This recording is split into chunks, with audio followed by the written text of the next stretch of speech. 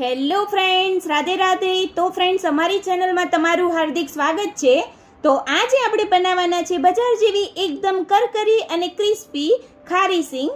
આ સિંગ ખાવામાં એકદમ ટેસ્ટી તૈયાર થાય છે અને આ ખારી સિંગ ખૂબ જ ઓછા સામાનમાં બજાર જેવી જ તૈયાર થાય છે. તો આ વિડીયોને અંત સુધી જરૂરથી જોજો અને આ વિડીયો જોતા પહેલાં અમારી ચેનલ સબસ્ક્રાઈબ ના કરી હોય તો પ્લીઝ પહેલાં જ સબસ્ક્રાઈબ કરી લો અને હા, બેલ આઇકન જરૂરથી દબાવજો તો તમને આવી નવી નવી રેસીપી સરળતાથી જોવા મળી જશે. તો ચલો હવે જલ્દીથી રેસીપી સ્ટાર્ટ કરીએ. સૌપ્રથમ મેં 1.5 વાટકી જેવી થોડી મોટા દાણાવાળી કાચી સિંગ લઈ લીધી છે અને સિંગનો દાણો થોડો ગુલાબી કલરનો હોય એવી જ આપણે સિંગ લઈશું અને સિંગના દાણાની સાઈઝ થોડી આપણે મોટી લેવાની છે. હવે આપણે એક પ્રેશર કુકર લઈ લઈએ અને પ્રેશર કુકરની અંદર જે 1.5 વાટકી કાચી સિંગ લીધી છે એ એડ કરી લઈશું.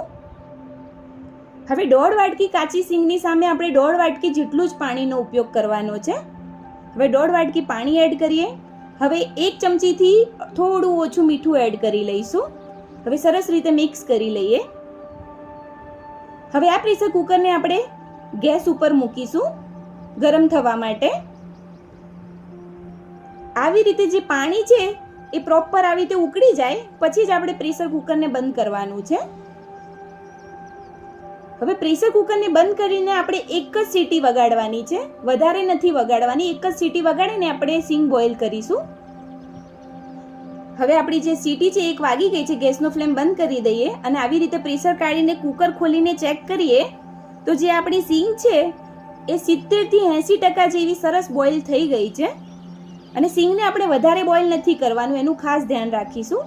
હવે કુકરને નીચે ઉતારી લઈએ. હવે એક બાઉલની અંદર એક ચાયણી જેવું લઈ લઈશું. હવે આ ચાયણીની અંદર જે બોઇલ કરેલી સિંગ છે એને કાઢી લઈએ અને પાણી અલગ કરીશું અને સિંગને પણ અલગ કરી લઈએ. આવી રીતે ચેક કરીએ તો પાણી પ્રોપર નીકળી ગયું છે સિંગમાંથી. હવે આપણે એને સાઈડમાં મૂકી દઈએ અને એક પ્લેટ લઈ લઈશું અને પ્લેટની અંદર ઘરમાં રહેલું કોઈ પણ કપડું લઈ લઈએ.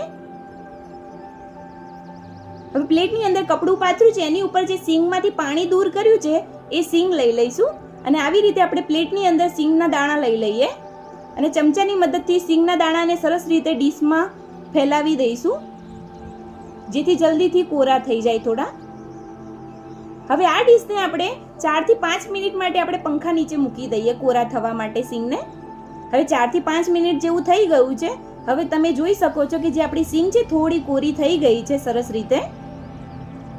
હવે આપણે આ સિંગને શેકી દઈએ. હવે શેકવા માટે મેં એક કઢાઈ લીધી છે અને કઢાઈ આપણે લોખંડની જ ઉપયોગ કરીશું. જો લોખંડની કઢાઈ ના હોય તો તમે રેગ્યુલર કઢાઈ પણ લઈ શકો છો. હવે કઢાઈની અંદર મેં રેગ્યુલર મીઠું લીધું છે 1.5 વાટકી જેવું, એ એડ કરી લઈએ. હવે મીઠાને થોડી વાર માટે પહેલા ગરમ કરી લઈશું. આવી રીતે આપણે મીઠાને થોડી વાર માટે ગરમ કરી લઈએ. હવે જે આપણું મીઠું છે ગરમ થઈ ગયું છે. હવે એની અંદર કોરી કરેલી 1 વાટકી સિંગ એડ કરી લઈશું.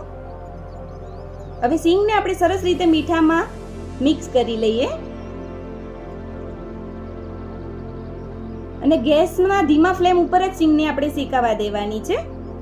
અને જ્યારે સિંગ આપણે મીઠાની અંદર નાખીશું તો આવી રીતે સિંગ ઉપર મીઠું ચોંટી જશે અને આપણી જે સિંગ છે જેમ જેમ શેકાશે એમ સિંગમાંથી મીઠું દૂર થઈ જશે.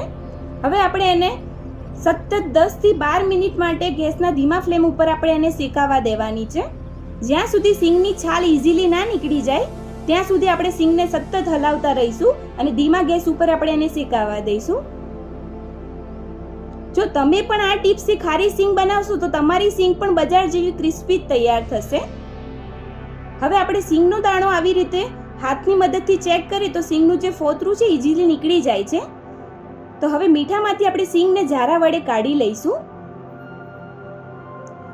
અને તમે પણ આ ટીપ સાથે બનાવશો સિંગ તો તમારી સિંગ પણ બજાર જેવી ક્રિસ્પી તૈયાર થશે. તો તમે પણ જરૂરથી એકવાર આ સિંગ ટ્રાય કરજો. હવે બાઉલમાં કાઢી લઈએ. હવે બાઉલમાં સિંગ તૈયાર થયેલી કાઢી લીધી છે. હવે આ સિંગને આપણે થોડી વાર માટે ઠંડી થવા મૂકી દઈએ.